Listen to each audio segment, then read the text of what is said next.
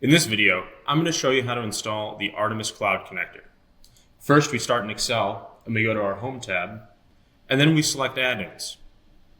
From there, we hit More Add-ins, and then in the search bar, we type Artemis. You can see the Artemis Cloud Connector here. We'll hit Add, and then Continue. And now it's installed. You can always find the Artemis plugin by going to the Data tab and then looking for the deer. Once it's installed, we authenticate by hitting Get Started. And then you can see I've already filled in my tenant domain and API key. These usually have already been provided to you. From there, hit Authenticate. And now we're authenticated with the system, and we have access to all its functions. So I'm going to show you two of the core ones here. First, we'll hit Equals, and then Artemis, and we can see List Database Reports.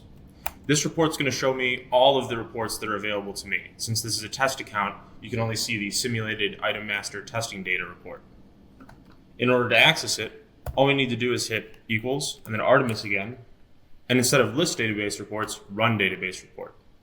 We can incorporate it by reference, for example by referencing it via E5, or we can type it in, Simulated Item Master Testing Data, and then when we hit Enter, it will enter all this data.